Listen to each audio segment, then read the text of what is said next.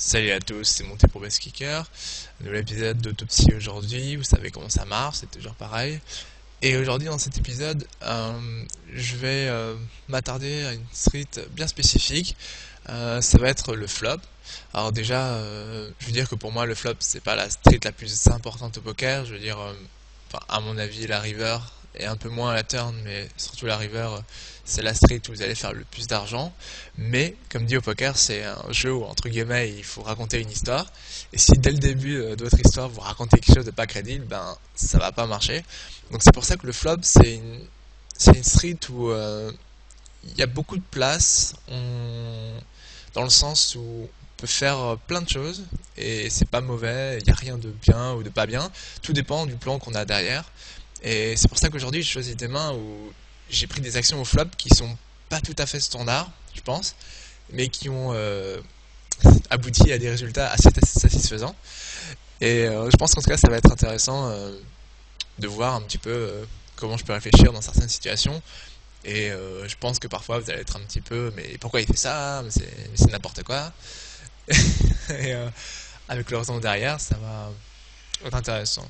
Donc la première main, c'est Black Swan qui open UTG. Alors Black Swan, c'est un régular. J'ai déjà joué des mains contre lui que j'ai posté, que j'ai mis dans mes vidéos. Donc c'est un régular que je joue très souvent. On se connaît pas mal. Enfin, on est amis entre guillemets, on se parle souvent, etc. Il joue un style solide, mais plus côté agressif, c'est-à-dire qu'il y a des joueurs régulars standards, mais qui sont plus solides que d'autres.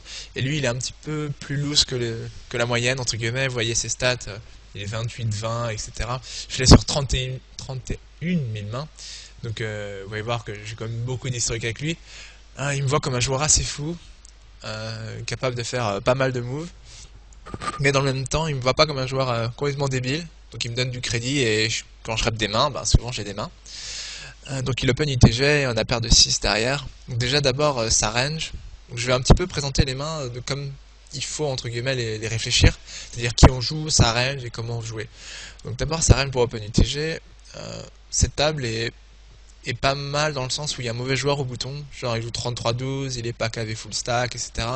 Sinon à part ça, il y a un joueur un peu foufou là, 43 40, qui est une sorte de règle, enfin c'est un joueur qui a joué genre 2,6 millions de mains sur PokerStar et il est break-even, donc c'est pas un super joueur. Mais c'est pas un joueur random qui vient jouer une table et qui part.